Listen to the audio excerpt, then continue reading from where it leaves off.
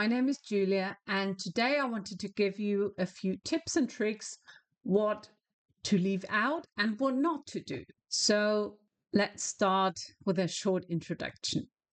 My name is Julia, and I've been working as a recruiter for the last many decades, and I've been working as a recruiter ever since and worked for many different companies. And many things I see are not really important. There are still variety of misassumptions from the applicants about what the company wants to see or what the company does not want to see.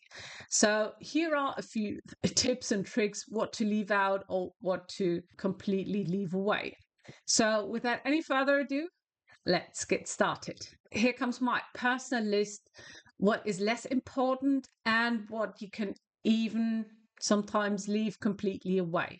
There are quite a few surprises, but let's start one after another. Here are a few general rules. Rule number one, which also comes later again, is that your application does not have to be very creative. You do not need to look for the best template or best color code or whatever you might think.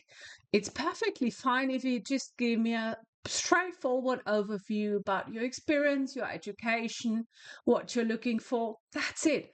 No need to think about is this template better or that. That is not so important. And you do not need to create your application in a way that you really stand out and your application is better than the others. It's perfectly fine if you just explain who you are and that's it.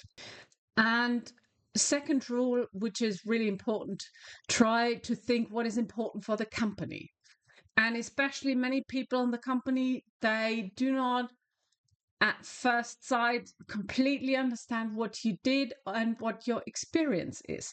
So try to explain what you did, what your experience is, what tasks you had, for example, and try to think what the company needs to know. And that is the last point here, focused on the documents you really need. There are only a few documents I'm going to show you now which you really definitely need. And some of the documents which are very common nowadays are documents you do not need for all the companies. Number one point is really the most crucial point. Your application, like I said, does not have to be creative. It's important for me that I can see at first sight very clearly what is your experience? What about your language skills? Which experience do you have with different programs or software programs and whatever? And do not try to be overly creative when it comes to visuals, for example. Just a very clean, straightforward CV is the best you can have. And you do not need to have any graphics or whatever fluff many people might want to include. It's perfectly fine, just straightforward, and that's it. So here's one true example, which I really had a few years ago. I once was recruiting for a, well, just regular administrative position. And that person really sent me an application in pink, which is a true example. The paper was pink, the folder was pink, and the application even was scented in a very heavy, flowery perfume. And for me, it was a nightmare. It really was a nightmare. I even had to remove the application out of my office because it was, to be honest, so stinky.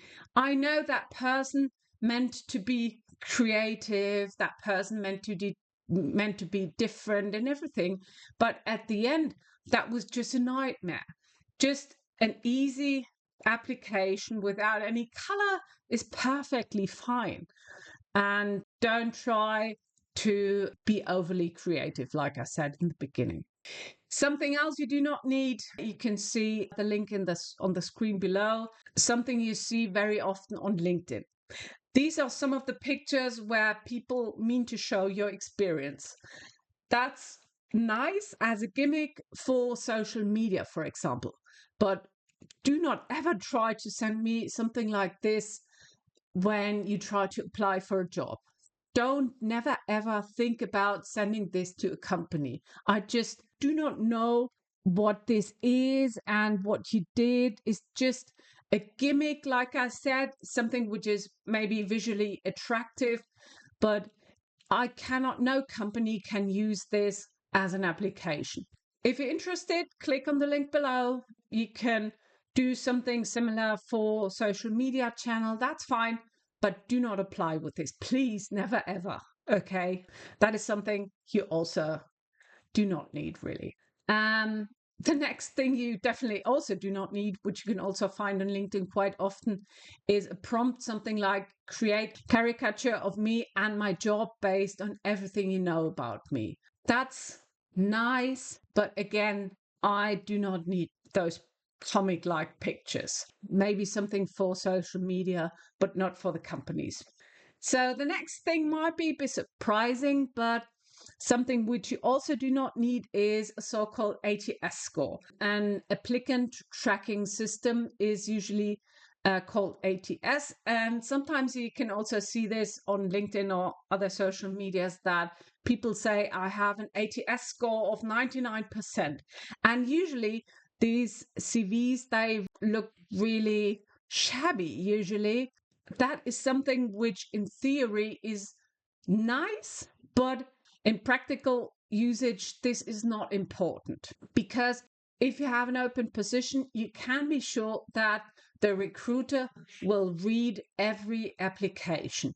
They will definitely read it. There is no such system where people are automatically thrown out without any person who's checking it again.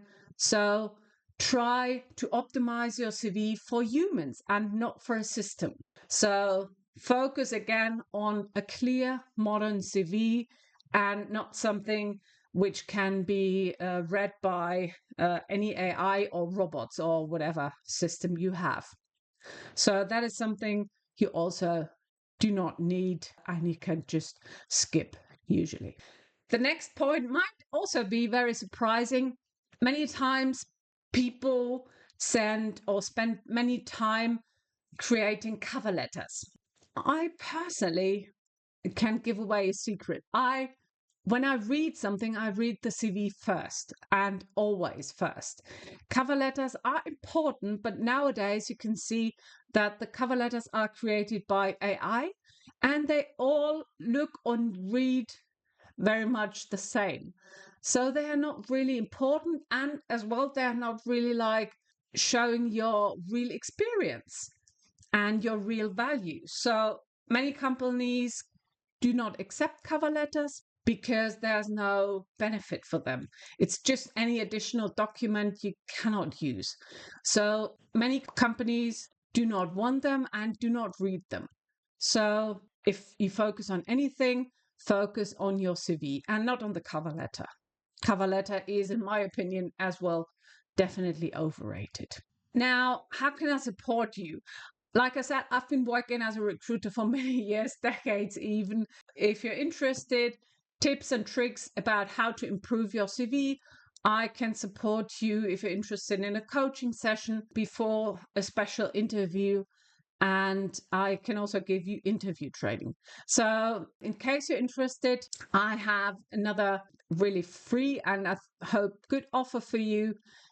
Contact me if you're interested, and I can give you free tips and tricks about how to improve your CV and which points could be improved and highlighted. So if you're interested, click on the link below and just send me your CV or send me a message and we will get in contact. If you're ready to see more, also click on the link below, and thanks for having me today.